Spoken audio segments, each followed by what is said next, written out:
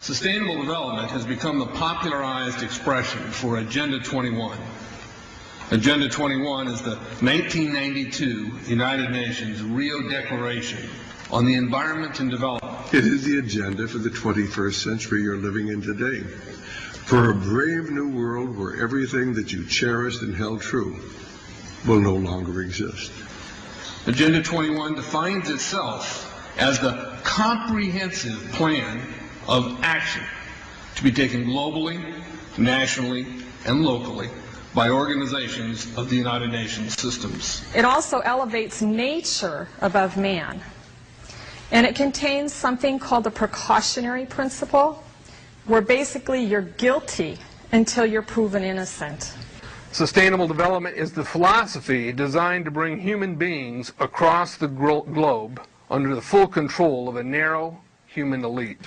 It's a 40-chapter document to basically control the world. It's based entirely on socialist control mechanisms. Sustainable developers have designed a global movement coordinated through a global to local action plan to create world government in accordance with certain objectives. These objectives include an end to national sovereignty, the abolition of private property, the restructure of the family unit, and increasing limitations and restrictions on mobility and individual opportunity. The green goal includes the listings of what's not sustainable. A couple of the examples include private property.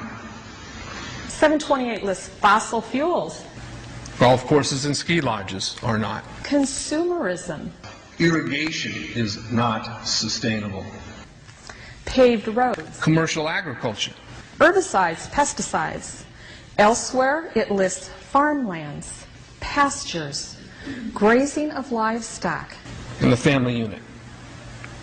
The focus of sustainable development is the abolition of private property, societal undermining of the family, and abandonment of the constitutional protection of unalienable rights as described in the Declaration of Independence. You see, I sat on the Santa Cruz Agenda 21 committees. Now, this was a lot of crazy ideas. This was back in the mid-90s. Crazy ideas I heard. Mother Earth's surface wasn't to be scratched. Human beings were to be concentrated into human settlement zones. Educational systems were to focus on the environment as the central organizing principle. All aspects of life were covered. Well, I went to these committees at the request of some people who told me that I needed to understand what was going on, and I came back and I said, this is craziness. This is so silly. It has no chance of having any effect on our society. Well, I was wrong. The United States government's support for Sustainable Development, Agenda 21, is very clear.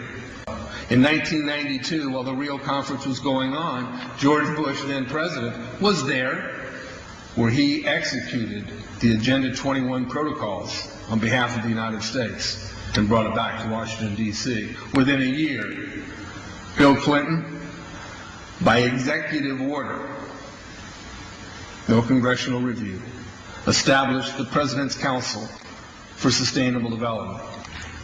In Santa Cruz, we've got a 2-lane freeway system. We need 4. But what we're getting is hundreds of millions of dollars of federal money to take a dilapidated rail line that Southern Pacific wants to put in the hands of somebody else so that a commuter line can be built along the railroad track. That'll be followed by 14-story buildings where people will live and stack them and pack them units, where developers or so-called sustainable developers will build these high-rises with federal dollars. In fact, Santa Cruz has received a $300 million federal grant to build the first 3,000 of these stack them and pack them units.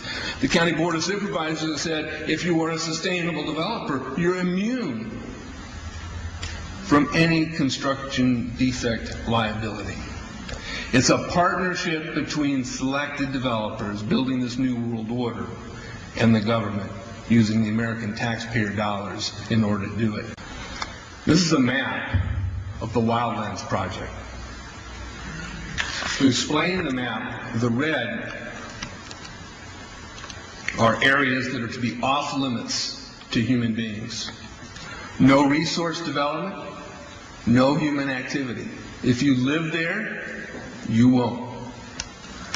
The yellow areas are the areas for major control of all human activity.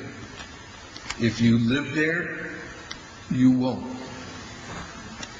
The black areas, the black dots, are the smart growth zones. That's where human beings are to be stacked and packed in small living units along rail tracks.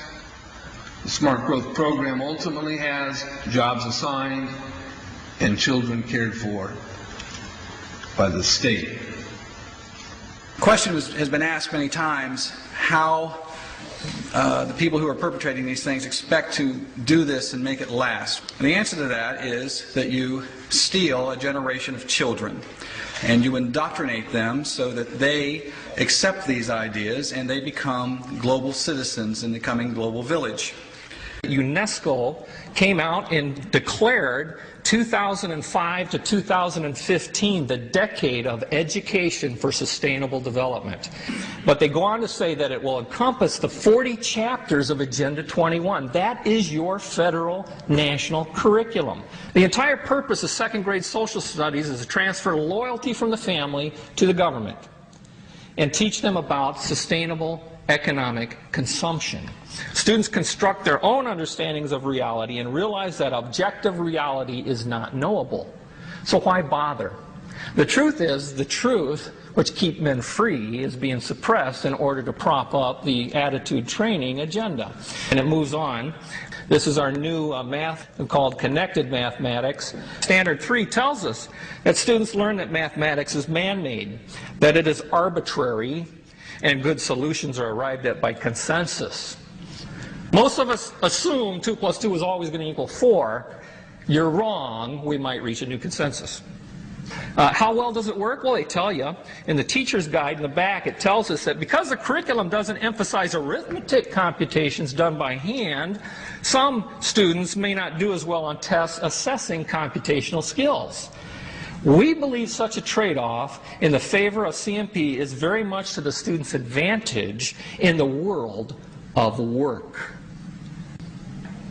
Our children are mathematically illiterate on purpose. How do I know on purpose?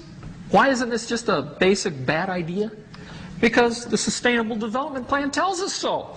Generally, more highly educated people who have higher incomes consume more resources than poorly educated people who tend to have lower incomes. In this case, more education increases the threat to sustainability. Charlotte Iserby, I owe you an apology. I did not believe for the longest time it was a deliberate dumbing down. I thought the dumbing down was a natural consequence of a bad idea. Folks, it's deliberate. It's deliberate. The sustainable globalist goal is the orchestration of a planned fall of American principles, values, and lifestyles. The effect on the average American will be devastating. With modernizing technology, the ordinary person will live without independence, privacy, or substantive rights. Another press conference that I attended was the ICLE group, the International Committee for Local Environmental Initiatives. It helps in the implementation of Agenda 21 in all of our local communities. And one of the speakers was a Harvey Reuven, who happens to be the vice chair of ICLE. And I asked him about the correlative rights that Americans derive from the United States Constitution and the Bill of Rights. And that, of course, is your individual liberties, your private property, your freedom of speech. Asked about it clashing with Agenda 21. And you know what his response was? Individual rights must take a back seat to the collective.